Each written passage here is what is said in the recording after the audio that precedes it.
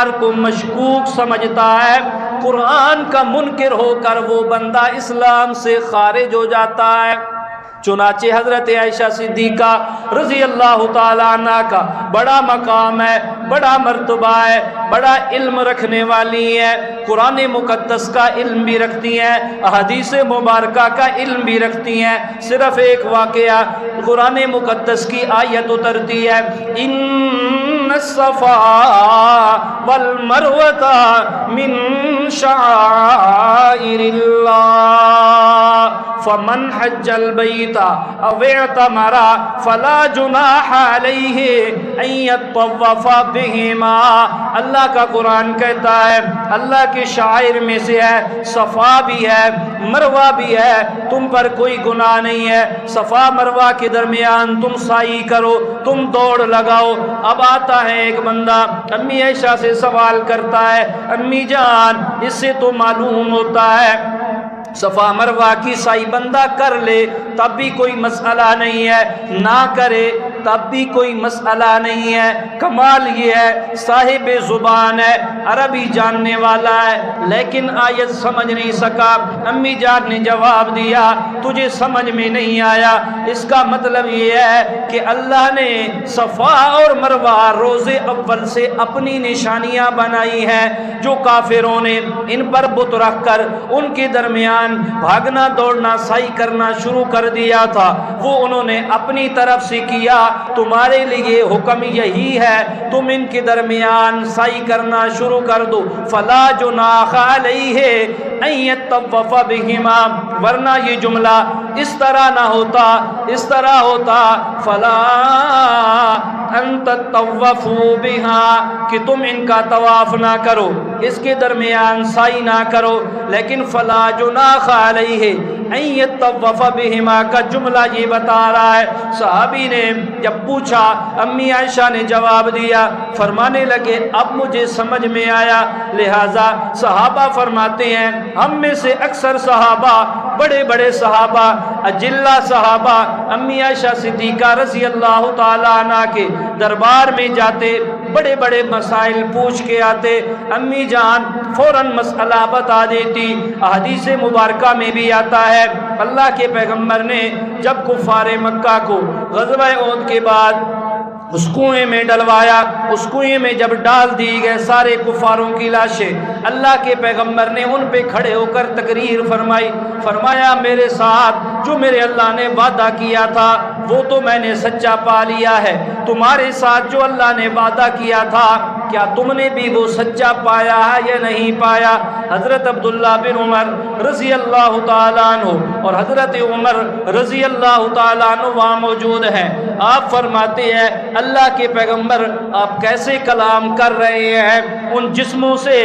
لا ارواح لہا، جن میں روح ہی نہیں ہے، وہ تو سننے کی طاقت ہی نہیں رکھتے، آپ کیسے ان سے کلام کر رہے ہیں؟ حضرت عبداللہ بن عمر رضی اللہ تعالیٰ عنہ یہ روایت فرماتے ہیں امی جان کے پاس جب یہ بات پہنچتی ہے، حضرت عبداللہ ابن عمر تو فرما رہے ہیں اللہ کے پیغمبر نے بغیر روحوں کے جسموں سے کلام کی ہے، لہذا مسئلہ یہ ہوا نا جو مر جائے مرنے کے بعد بھی پھر ہماری باتیں سنتا پھرتا ہے، لہذا ہم جن جن کو پکارتے ہیں ٹھیک پکارتے ہیں نا کہ مرنے کے بعد بھی وہ سنتے ہیں۔ امی جان فرمانے لگی اللہ رحم فرمائے عبداللہ بن عمر پر، تم پر بھی رحم فرمائے، تم نے بات کو سمجھا نہیں ہے۔ عبداللہ بن عمر نے یہ نہیں کہا کہ بغیر روحوں کے وہ سن رہے ہیں، بلکہ انہوں نے کہا کیوں اگر بغیر روحوں کے سنتے ہوتے اللہ قرآن میں کبھی نہ کہتا انکا لا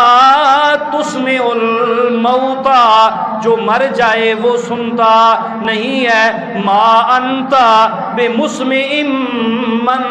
فی القبور، اللہ یہ کبھی نہ آیات اتارتا کہ اللہ کے پیغمبر آپ نہیں سنا سکتے۔ مطلب یہ ہے اللہ کے پیغمبر کے کہنے کا ابھی اللہ نے انہیں زندہ کر دیا ہے، وہ میری بات ابھی سن رہے ہیں، معجزتاً سن رہے ہیں، میں اللہ کی میں محمد مصطفیٰ صلی اللہ علیہ وسلم کی بات اللہ نے ابھی انہیں سنا دی ہے، ورنہ وہ سننے کی صلاحیت نہیں رکھتے۔ چنانچہ چنانچہ حضرت قتادہ رحمہ اللہ بڑے اجلہ تابعین میں سے ہیں، وہ فرماتے ہیں اسی آیت کی تفسیر میں اور اسی واقعے کی تفسیر میں فرماتے ہیں احیاہم اللہ تعالی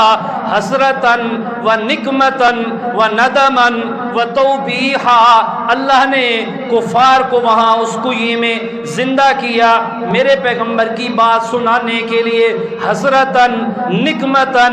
ندماً توبیخاً، اللہ نے انہیں مزید ذلیل کرنے کے لیے، مزید انہیں اذیت دینے کے لیے کہ اللہ کا پیغمبر دنیا میں تمہیں کہا کرتا تھا میری بات مان لو کامیاب ہو جاؤ گے، اگر میری بات نہیں مانی اللہ تمہیں ذلیل کر دے گا، تم نے نہیں مانی نا،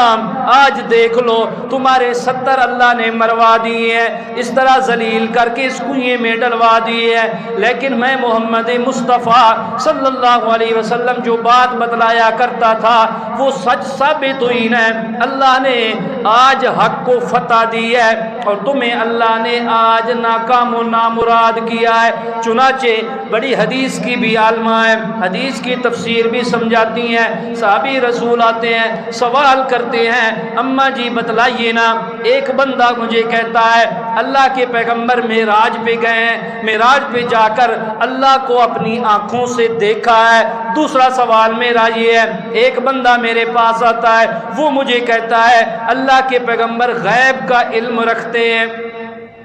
کیا کرتے ہیں؟ غیب کا علم اللہ کے پیغمبر رکھتے ہیں۔ ایک بندہ کہتا ہے اللہ کے پیغمبر معراج کی شب جب آسمان پہ گئے ہیں اللہ کو اللہ کے پیغمبر نے اپنی آنکھوں سے دیکھا ہے۔ امی جان جواب دیتی ہیں جو تجھے یہ بات بیان کرے کہ اللہ کے پیغمبر نے آسمانوں پہ جا کر اللہ کو اپنی آنکھوں سے دیکھا ہے وہ بھی جھوٹ بولتا ہے، جو تجھے یہ آ کر کہے کہ اللہ کے پیغمبر غیب کا علم جانتے ہیں وہ بھی جھوٹ بولتا ہے۔ امی جان نے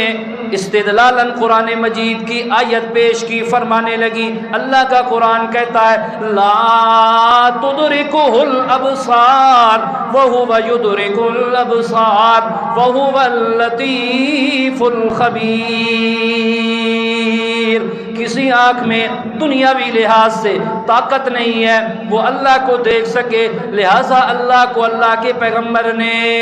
نہیں دیکھا۔ اور قرآن مقدس کہتا ہے قُلْ لَا يَعْلَمُ مَنْ فِي السَّمَاوَاتِ وَالْأَرْضِ الْغَيْبَ إِلَّا اللَّهُ، آسمان و زمین کا جتنا غیب ہے وہ سارا کا سارا ایک اللہ جانتا ہے، اس کے علاوہ کوئی نہیں جانتا، لہٰذا تجھے جو یہ بات کہے وہ بھی جھوٹ بولتا ہے، جو یہ بات کہے وہ بھی جھوٹ بولتا ہے۔ صحیح بات وہی ہے جو قرآن مقدس کہتا ہے،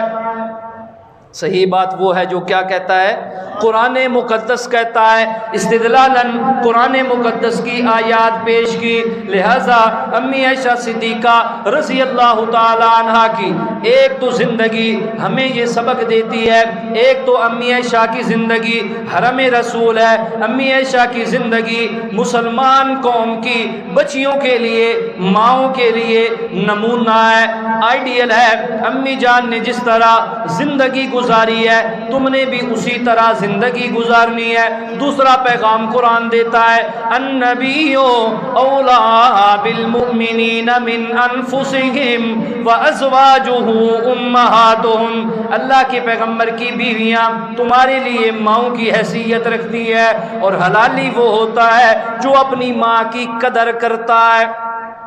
جو اپنی ماں کی عزت کرتا ہے، جو اپنی ماں کی قدر کرتا ہے۔ کمال یہ ہے میری اور تیری ماں وہ ہے کہ اس نے خود ہمیں بتایا ہے میں تیری ماں ہوں، والد نے بتایا ہے یہ تیری ماں ہے، رشتہ داروں نے بتایا ہے یہ تیری ماں ہے، چچا نے بتایا ہے یہ تیری ماں ہے۔ ماموں نے بتایا ہے یہ تیری ماں ہے، میں اور تو اس کی تو بڑی قدر کرتے ہیں، بڑی عزت کرتے ہیں، لیکن امی عائشہ وہ ماں ہے، اللہ نے بتایا ہے مومنو یہ تمہاری ماں ہے۔ اللہ کا مطالبہ کمال ہے، قرآن مقدس کا اللہ کا مطالبہ ایمان والوں میں سے ہے، اے ایمان والو تمہاری ماں عائشہ ہے، کسی اور سے اللہ نے مطالبہ ہی نہیں رکھا، ایمان والوں کی ماں ہے، ان کی عزت اور توقیر کرنی ہے۔ دو ہو گئے۔ تیسرا سبق امی عائشہ صدیقہ رضی اللہ تعالیٰ عنہ کی زندگی سے یہ ملتا ہے کہ جب بھی تمہیں کوئی مشکل آ جائے کسی مسئلے میں، سب سے پہلے رجوع اللہ کی کتاب کی طرف کرنی ہے۔ کس کتاب کی طرف کرنی ہے؟ اللہ کی کتاب کی طرف۔ سب سے پہلے مسئلہ اللہ کے قرآن سے پوچھنا ہے، اللہ کا قرآن وہ مسئلہ تمہیں بتائے گا، پھر اس مسئلے کی تفصیل اگر تم نے لینی ہے تو میرے پیغمبر کی زبان سے احادیث مبارکہ کی صورت میں لینی ہے۔ کس صورت میں لینی ہے؟ احادیث مبارکہ کی صورت میں لینی ہے۔ تو امی عائشہ صدیقہ رضی اللہ تعالی عنہا کی زندگی ابتدا سے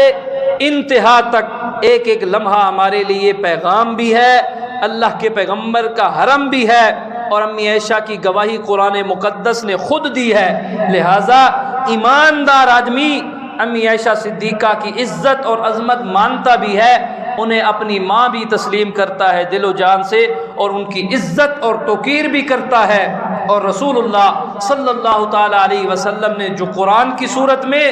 جو احادیث کی صورت میں علم دیا ہے، ایمان والا بندہ اس پر بھی ایمان رکھتا ہے، اور امی جان کے بتائے ہوئے اصول کے مطابق سب سے پہلے وہ جس کی بات بھی سنتا ہے اسے قرآن پر پرکھتا ہے۔